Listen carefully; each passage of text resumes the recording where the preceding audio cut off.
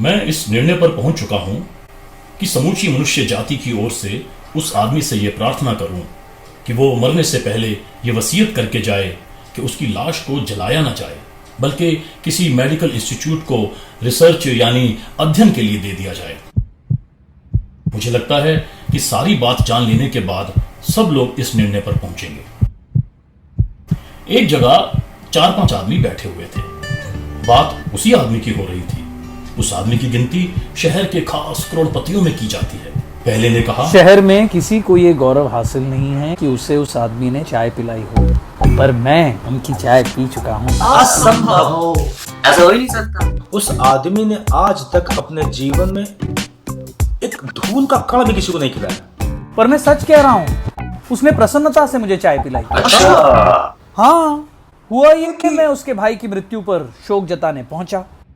तुम लोग तो जानते ही हो, प्रॉपर्टी को लेकर इसका भाई के साथ मुकदमा चल रहा था। बीच में भाई की मृत्यु हो गई और प्रॉपर्टी इससे मिल गई। मैंने सोचा आखिर भाई था, इसे दुख हुआ ही होगा। जब मैं फाटक में घुसा तो उसने कहा, कैसे है? आपके भाई की मृत्यु हो गई, ऐसा सुना है। देखो, अगर भाई की मौत पर दुख प्रकट करने आए हो तो फाटक के बाहर हो जाओ। हाँ, अगर तुम्हें दुख नहीं है तो मैं तुम्हें चाय पिला सकता हूं। अगर आपको दुख नहीं है तो मुझे दुख मनाने की क्या पड़ी है? चलो चाय पिलाओ। कुत्ते भी रोटी के लिए झगड़ते हैं, पर एक के मुंह में रोटी पहुंच जाए तो झगड़ा खत्म हो जाता है।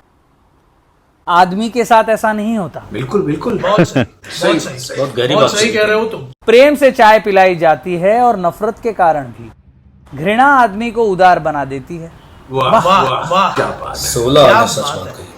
पर बात बताएं, ये जो गौरव तुमको हासिल हुआ, इससे तुम्हीं को नहीं हमको भी हासिल हुआ।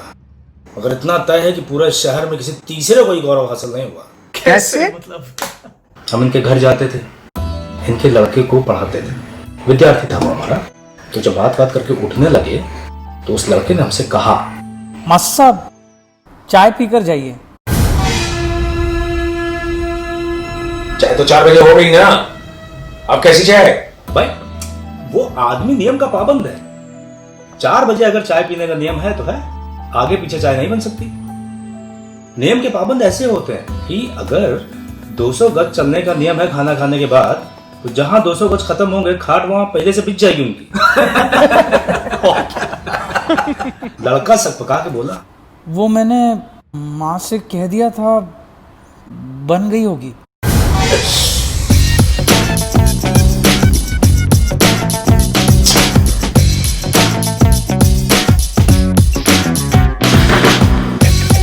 उस आदमी ने आंखें बंद करके सोचा कि इस परिस्थिति में उसका क्या कर्तव्य है।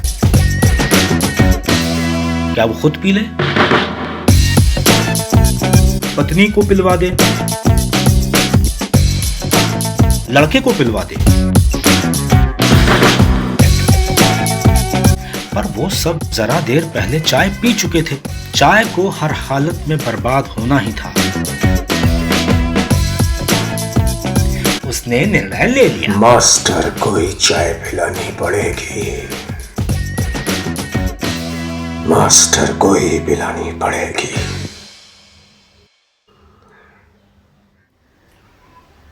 ठीक है मां साहब, चाय पी ही जाइए। मैंने बेशर्मी से चाय पी भी ली। मैं तो उसका किराएदार हूँ। जब भी वो दिख जाता है मैं भी बोलता हूँ, भैया साहब नमस्कार।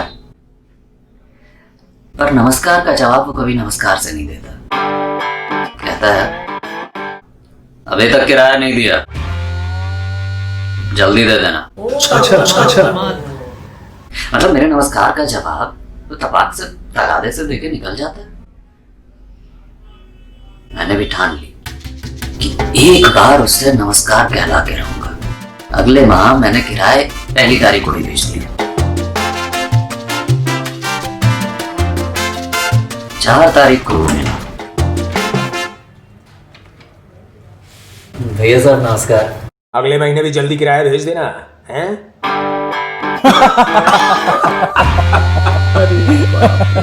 अरे भैया मैं तो उसका करीबी रिश्तेदार हूँ। मैं जब नागपुर में था तब यहाँ किसी काम से आया, स्टेशन से सीधा उसके घर पहुंच गया। थोड़ी देर बाद उसने पूछा, आप यहाँ ठहरे हैं तो भोजन भी यहीं करेंगे? हाँ, इसमें पूछने की क्या बात है।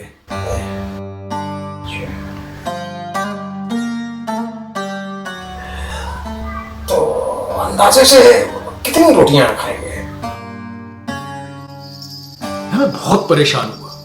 मैंने सोचा कि सामान उठाकर किसी होटल में चला जाऊं। अरे इतने नजदीक की रिश्तेदारी और ऐसा बर्ताव, पर मैं बर्दाश्त कर गया। मैंने कह दिया मैं क्या खाता हूं, बस यही 4-5 रोटियां। वो संतुष्ट हुआ। मुझे 2 दिन सुबह शाम 4.5 रोटियां मिली। क्यों? अरे मैंने 4-5 रोटियां कहा था ना, तो उसने औसत निकालकर 4.5 कर दिया। मुझे कुल 3 दिन ठहरना था वहां पर। तीसरे दिन सुबह उसने मुझसे पूछा, हेलो, गुड मॉर्निंग। हेलो आप यहाँ कितने दिन ठहरेंगे? बस आज और। ठीक है, हमारा नियम है कि हम 2 दिन के लिए ही मेहमान रखते हैं। आगे वो मेहमान तो रहता है पर पेइंग गेस्ट हो जाता है और 150 रुपए थाली के लगते हैं। तो अगर आपको आज भी मेहमान के रूप में रहना हो तो मेरे भाई से बात करो। ये 300 रुपए उसके हिसाब में चले जाएंगे।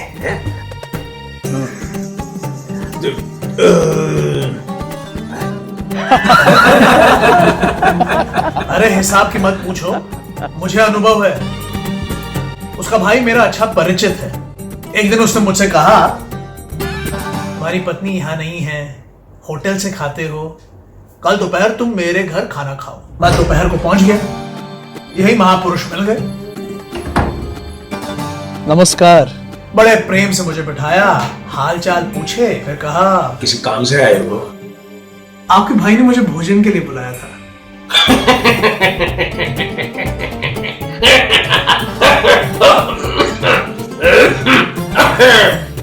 तुम भी उसके चक्कर में आ गए।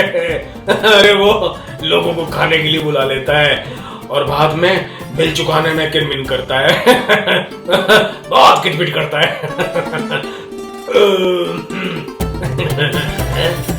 मैं फौरन वहां से भाग खड़ा हुआ।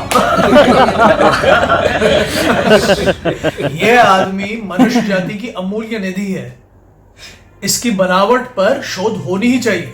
हाँ, और विकासवाद में जिनका विश्वास है वो ये देखें कि क्या यही वो मिसिंग लिंक है जो वन मानुष और मनुष्य को जोड़ती है। प्राणी शास्त्री भी अध्ययन करें कि ये कौन सी नस्ल का है। क्या ये आदमी की नस्ल का ही है? और जिन्हें सुपरमैन यानी महामानव की कल्पना में विश्वास है वो देखें क्या यही महामानव है, सुपरमैन। और मनोविज्ञान विशेषज्ञ उसके दिमाग का अध्ययन करें। बिल्कुल, और मानव विज्ञान वाले जांच करे कि वो किन मूल्यों को मानता है। और ये भी शोध का विषय है कि इसके संबंध इसकी पत्नी से किस प्रकार के हैं।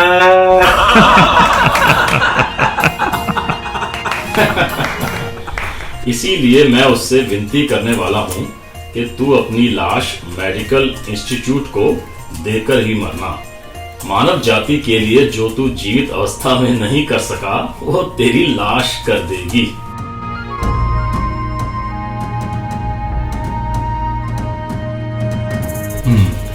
बहुत लोगों की लाशें ज्यादा उपयोगी होती हैं। कई लोगों को देखकर तो लगता है कि अगर ये जल्दी लाश हो जाएं तो दुनिया का कितना भला कर जाएं। एक सुपरमैन। चैनल सब्सक्राइब करके बेल आइकन प्रेस कर दीजिए, इसके पैसे नहीं लूंगा।